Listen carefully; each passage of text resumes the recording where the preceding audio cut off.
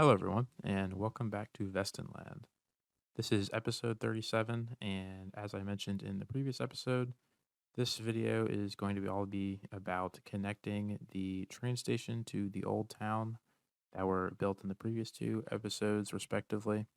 And I talked about this in the previous episode, but the challenge for this build is going to be kind of transitioning from a more modern style to the historic old town style, and also sort of while both the areas are going to be pretty high density, these buildings are going to be a little bit taller, so they kind of need to step down on their way towards the old town.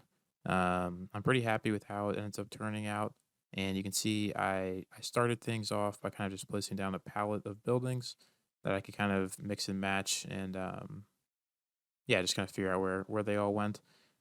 You'll see this a little bit later on, but especially on this road that kind of parallels the highway, I make a very conscious effort to kind of get step things down and make sure that everything is kind of transitioning smoothly. And for this particular area, I sort of left it unfinished in the previous episode, and I'm kind of just using various walls and stuff to kind of tie a few different buildings together.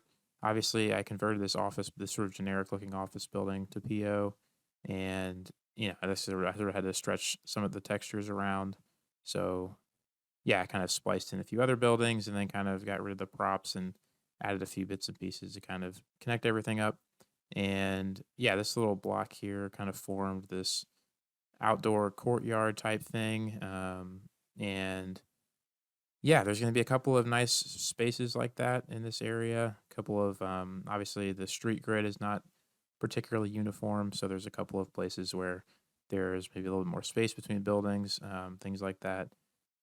You can also see there's a little bit of a elevation difference, so some of the buildings are kind of naturally sloping one way or the other. And yeah, again, I'm using kind of PO to cover up some of the like transition pieces between different buildings where things don't necessarily match up perfectly. And right here, I do this, I think I do two of these little like kind of um, like turnaround points, kind of like I imagine sort of like service vehicle access might be through there. And that one in particular that I kind of placed down is going to end up being for a school, which we'll get into a little bit later on in the video. And this is kind of when I was mentioning about having these very consciously step down. I end up moving this kind of particular set of buildings a little bit closer to the main part of town. But you kind of see I'm using the one on the left side is an actual building, and the other ones are just PO added on just to kind of give the illusion that the buildings are not really the illusion, but just to actually show the buildings kind of stepping down towards the historic structures that we built previously. And now again, I'll be kind of jumping around to different parts of this build just to kind of make sure everything's flowing together nicely. I like these kind of modern townhouse buildings. I think they're good for this little area, and they're kind of modular a little bit, so you can kind of splice them together and fit into a couple of these like kind of odd angles. I got a couple of those like smaller apartment buildings, which I think also work really well in that corner. This is the school that I was mentioning. I used the same school in Nyrstad a long time ago, but I think it works pretty well here. I use it as kind of like a part of a larger complex in that other build. So I think it's kind of a standalone building. It works well here, and it was a little too big to fit into the kind of street network I had laid out. So I shifted a few things around and then kind of slid it into place. And you can see that little turnaround point, which I was talking about earlier. I'll end up detailing that up, and I think it looks pretty nice. Kind of provides a good. Again, I kind of changed things around a little bit, having two connections to the main road, and then yeah, you'll see a little bit later on like how that actually comes together and how it looks when it's all kind of finished. Um, but yeah, like I'm using a technique I've used before where I'm just kind of using those curbless roads and then using a PO surface to kind of make it one wider, like expansive asphalt kind of makes it easier to detail things when the time comes. And then these sort of intersections here, obviously they're like really unnecessarily complicated. And if you were kind of designing a city from scratch, you wouldn't have roads come together in that way. But for this particular situation, again, I'm trying to kind of make it look as though these roads are kind of following paths that have been there a long time. I kind of have those old disused rail tracks that I was talking about in the previous video. And yeah, I'm kind of having the networks reflect kind of a little bit of a random setup, just kind of to, again, add a little bit of realism and make it look a little bit more interesting. You can see here I'm kind of finishing up this block by, again, just kind of splicing different buildings together, all kind of similar styles, but a little bit different to kind of give some variety. And I've got a couple of these generic apartment blocks, which I'll kind of put in different places to kind of fill things out. They're not necessarily that interesting, but I think they do a good job of providing some decently high quality kind of background and filler for different spots. And then yeah, just I'll go through and add trees, especially in the parts that are a little bit more on the outskirts of the city. Again, I'm trying to kind of blend everything together. So having more trees on that block that's connected to this little like outcropping headland type thing works really well. And as you can see here on this little area where I'm going to kind of extend the old town style and then kind of have that um, one of these blocks ends up being kind of like a transition between the two, and I think it ends up looking really good.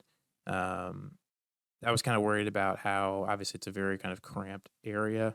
There's not that much space between the different styles of building, so it was definitely important to play around with how everything looked. I definitely cut out a lot of footage of sort of trial and error, and but yeah, at the end of the day, it ends up looking pretty good.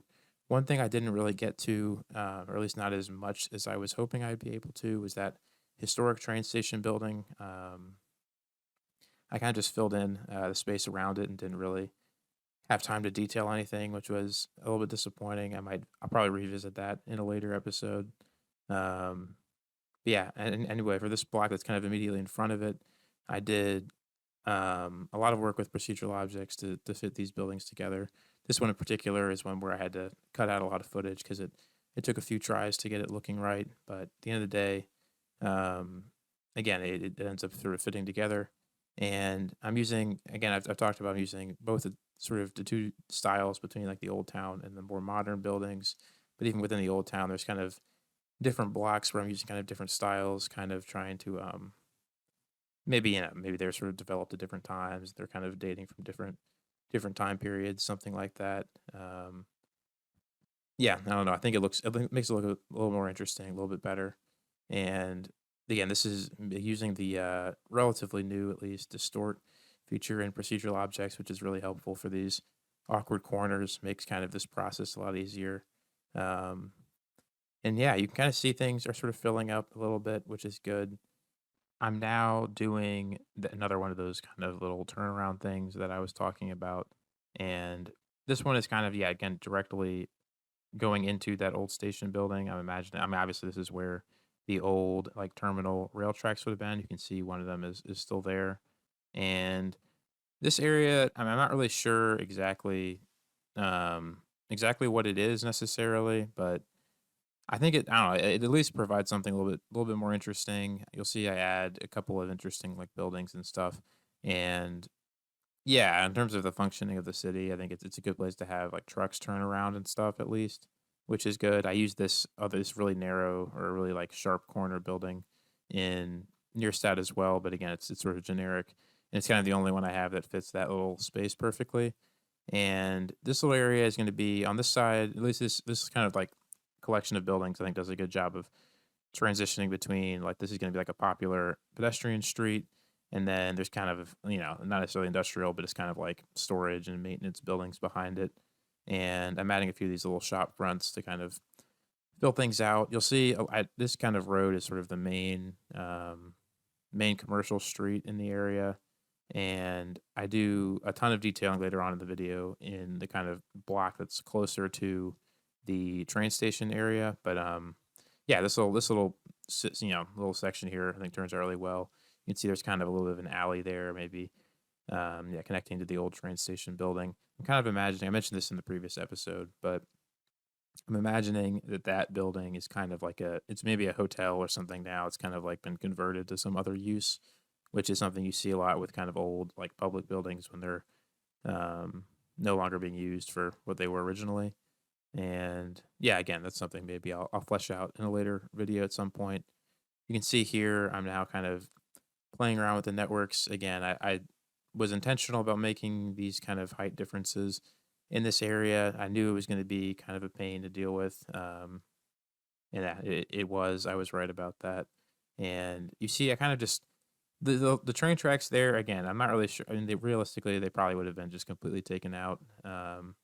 I kind of like having them there just to, I don't know, provide some more texture, provide a little bit more intrigue in the area. And yeah, even though I kind of just like to make my life easier, kind of limited where they were, didn't really commit to having them go throughout that entire street just because the differences in the height were being too annoying.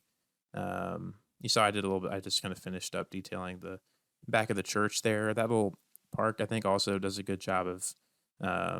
Obviously, I've talked a lot about the transition between the two areas, but that kind of provides a break in kind of the whole city, just to kind of break everything up and make things again not too boring.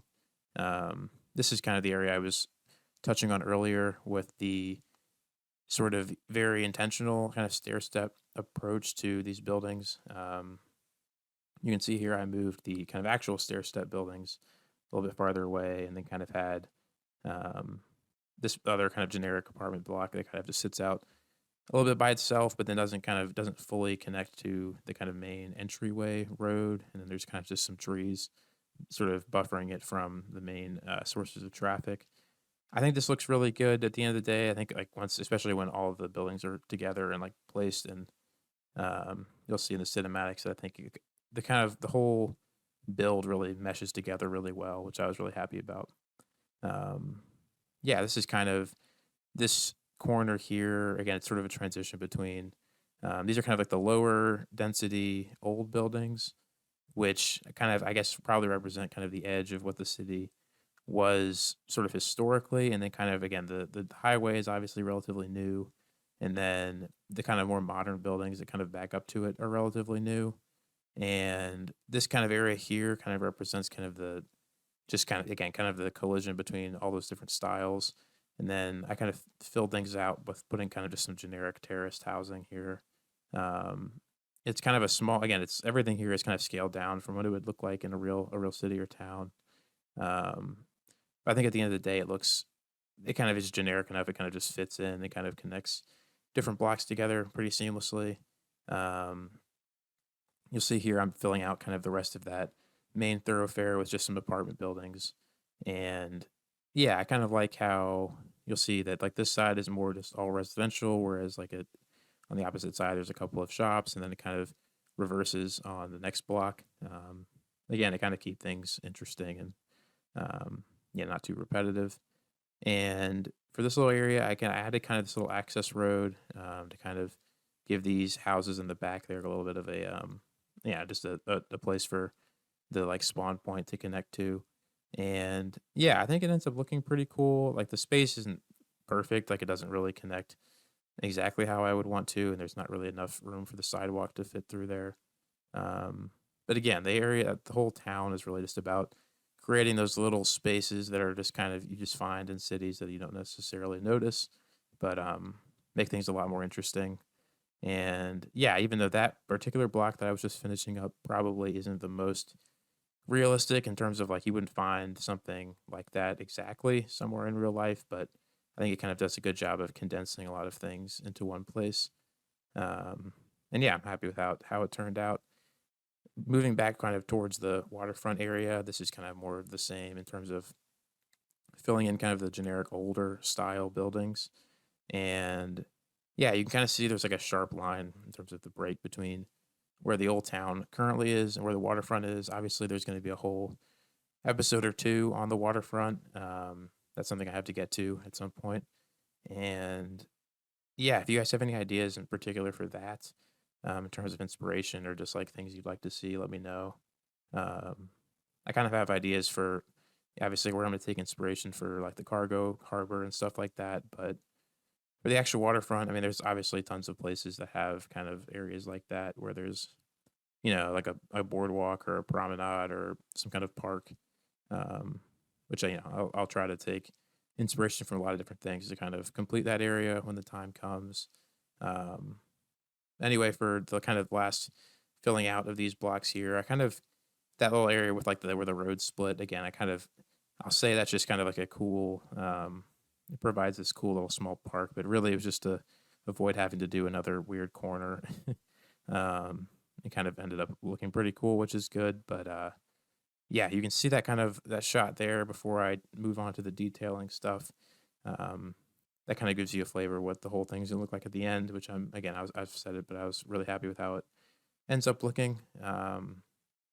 But yeah, the first part of the video, again, it was just kind of connecting the whole town with just the sort of basic buildings and the kind of the sort of shape of the area. And then now I'm going to move into like really detailing a lot of these spaces really closely. Starting with this kind of turnaround loop here that I was mentioning behind the school.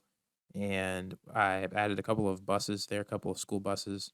They're not actually like specific school bus models or anything. They're just kind of generic buses that I colored them yellow just to kind of indicate that they might be for the school. I couldn't find any. I guess I did a little bit of reading into it. It looks like obviously in the United States we have like the sort of iconic yellow school buses, but then a lot of places in Europe they don't really have. They just kind of have normal buses, which like a bus company would operate in kind of conjunction with the school. Yeah, so that's kind of more what these would be, I guess. But anyway, I'm using some of the classic like intersection marking tool techniques to kind of fill out this area, adding a few of these planters to kind of separate the walkway from the sort of motor vehicle traffic. And yeah, again, I'm happy with how these kind of industrial areas work. Just kind of how they're not really industrial. I mean, it's more just how they kind of appear industrial, but they're kind of just sort of the service areas. Like where it's not necessarily the most exciting part, but it's obviously crucial for how things actually work.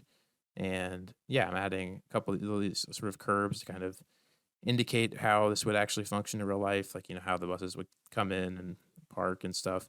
It's probably a little bit too cramped for them to actually um, drive in the space, but again, I think it looks close enough, which is sort of all I really care about.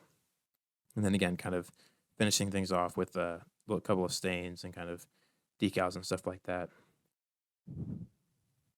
I do a lot of intersection marking tool stuff in this episode. Obviously, a lot of it's just kind of copying and pasting the generic template, and then kind of connecting things up as I need to, and like making more customized areas when it's necessary.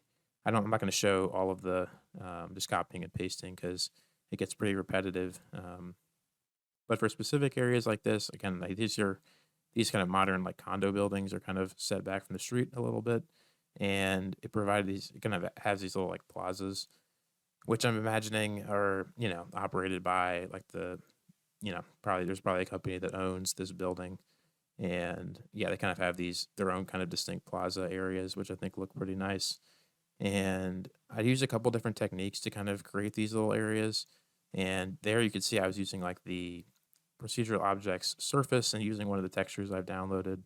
I do a different thing for a different kind of area that's similar a little bit later on. But anyway, this little block here is kind of what I was talking about with like the more like high intensity detailing. And obviously this part of it is just a one-way street going towards the train station. And right now you can see it's just kind of a generic 2-lane road.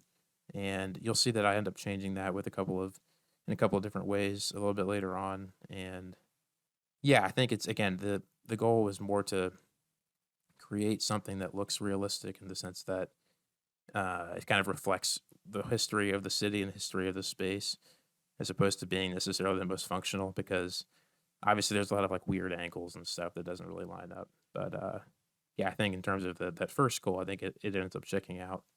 And yeah, in order to do that, I first have to kind of like connect everything to the stuff I've already built. This like industrial space here.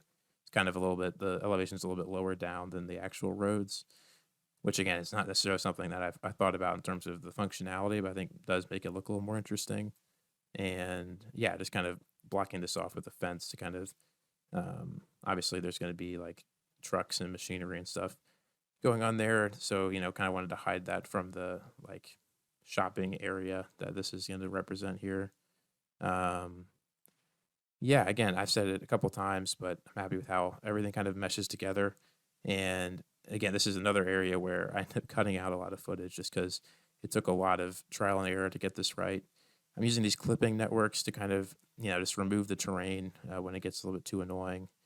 And I sort of figured out that using these procedural object surfaces is it's useful in very specific circumstances, but it can be kind of a pain at the end of the day. And yeah, one thing I end up doing here is that kind of ends up working out. I end up just adding a couple of nodes to kind of fine tune the elevation differences a little bit, which was really helpful.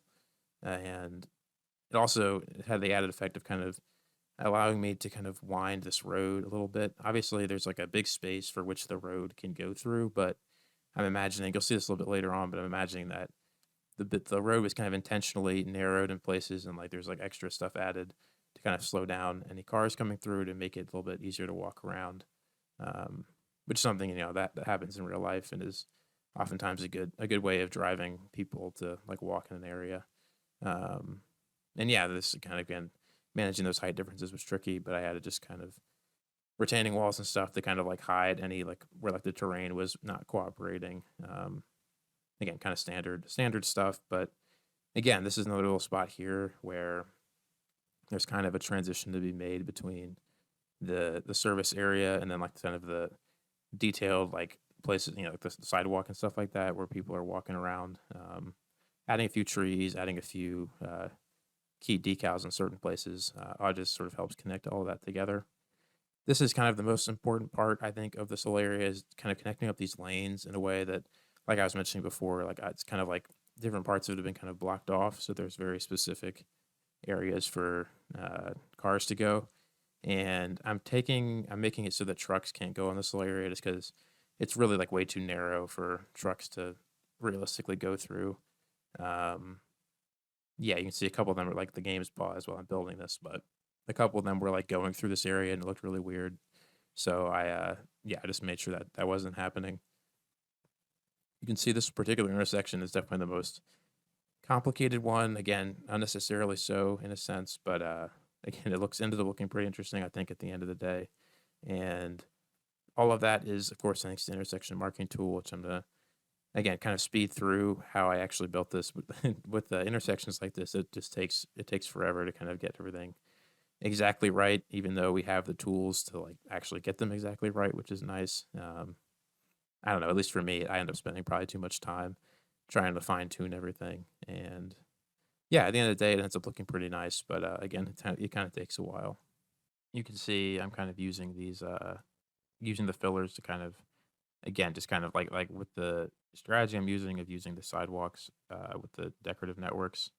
It gets a little bit tricky at the corners, and this is another example of where I'm kind of gonna do something that kind of kills two birds with one stone. It kind of both makes kind of looks a little bit interesting. Kind of has a nice it has a nice kind of a backstory, but also makes actually doing it a little bit easier.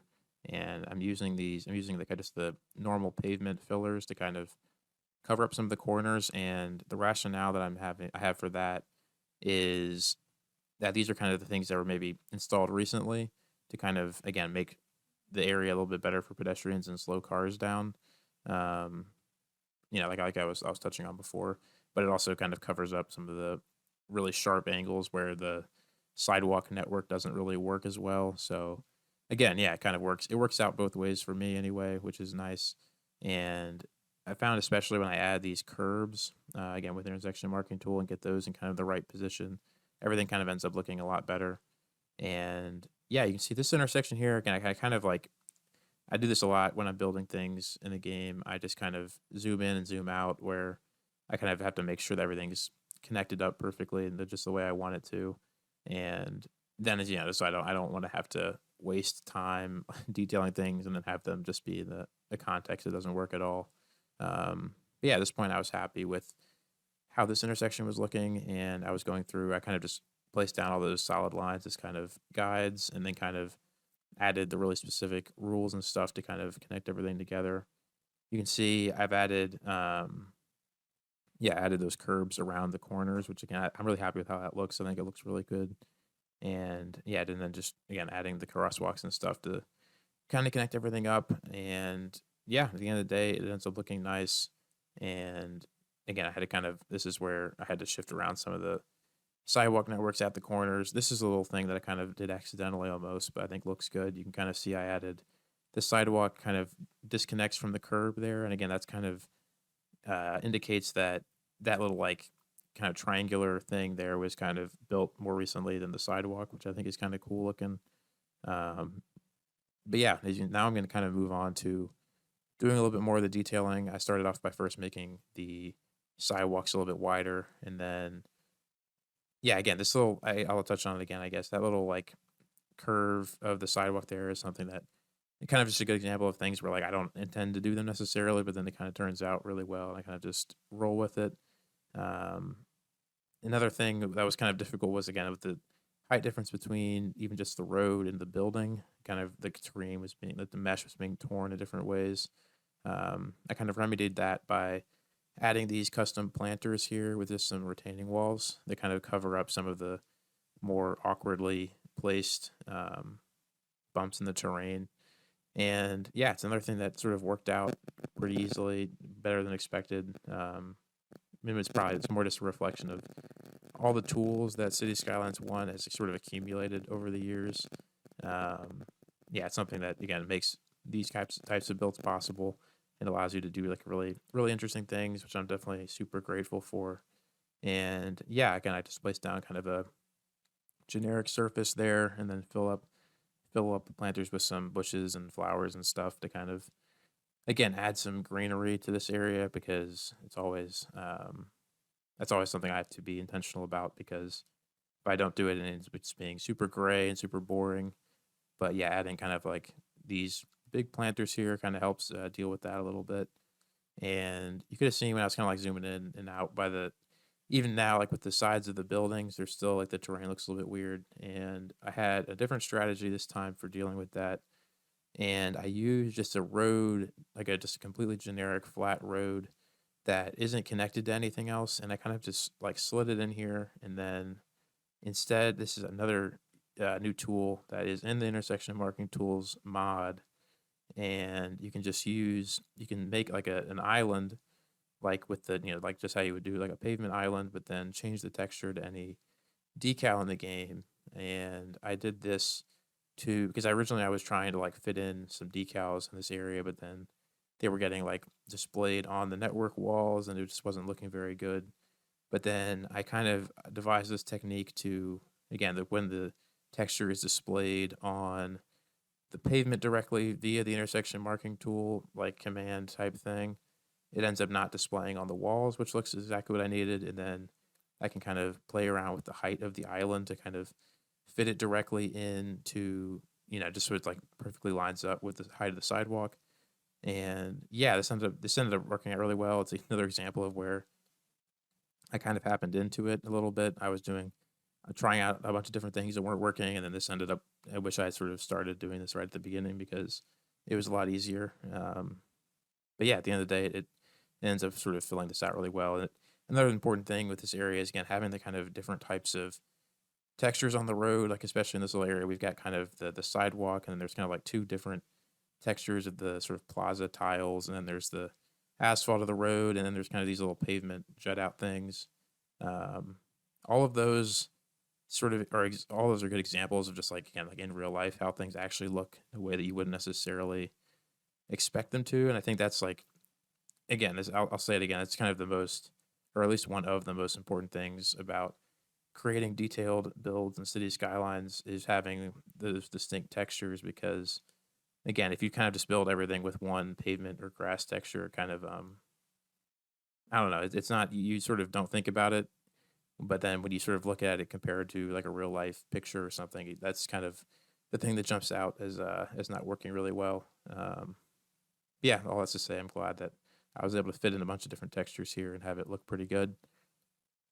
The last little bit of detailing here, or not the last bit of detailing, but kind of like just the actual like really detailed detailing.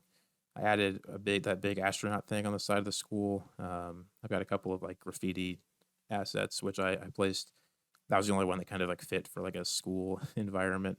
So I blew that out with PO and placed that on the side of the building, which I think looks pretty interesting. And then, yeah, just placing down a bunch of tables and benches and stuff like that. Again, imagining that there's a lot of people just kind of filtering through this area.